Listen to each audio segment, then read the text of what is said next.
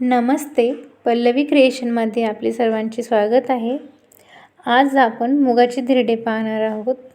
तर 1 वाटी तांदूळ घ्यायचे आहे आणि 1 वाटी मूग घ्यायचे. दोन्हींचं प्रमाण सारखंच ठेवायचं आहे. ज्या वाटीने तांदूळ घेतले त्याच वाटीने मूगही मोजून घ्यायचे. दोन्हीही पाण्याने स्वच्छ धुवून घ्यायचे. 2-3 वेळा धुवून घ्यायचे. वरची घाण, मुगाच्या वरची घाण जी असते ती सगळी काढून टाकायची आहे. आणि त्यानंतर मूग आणि तांदूळ हे रात्रभर भिजवत ठेवायचे. स्वच्छ धुवून घेतल्याच्या नंतर रात्रभर भिजवत ठेवायचे. नंतर मिक्सरच्या भांड्यात हिरवी कोथिंबीर, मिरच्या आणि लसूण हे मिक्सरमध्ये बारीक करून घ्यायचे.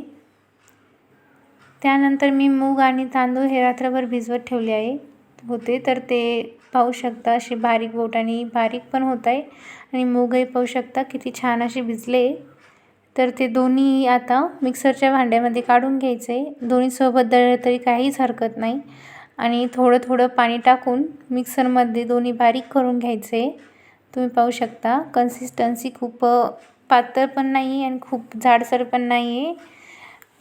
थोडं थोडं पाणी टाकल्यावरती छान अशी कन्सिस्टन्सी येऊन जाते.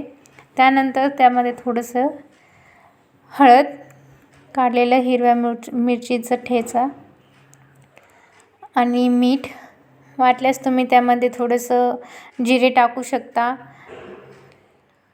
ओवा पण टाकू शकता आणि छान मिक्स करून घ्यायचे. आता पूर्ण पाहू शकता तुम्ही. बेटर हे खूप घट्ट नाही ठेवायचं आणि खूप पातळही करायचं नाही. थोडं थोडं पाणी टाकून बेटर मिक्सरमधून काढून घ्यायचं आहे. अशी कन्सिस्टन्सी राहिली पाहिजे.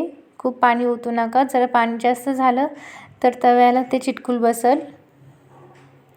तव्याला थोडंसं बेटर लावून घ्यायचे. थोडंसं तूप लावलं तरी चालेल, नाहीतर तेलही लावू शकता. जे तुमच्याकडे अवेलेबल असेल ते तुम्ही लावू शकता.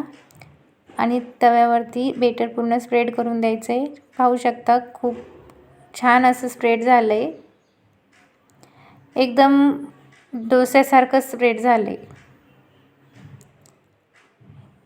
मुगाचे डोसे हे लहान मुलांनासुद्धा खूप छान राहतं खाल्लेले.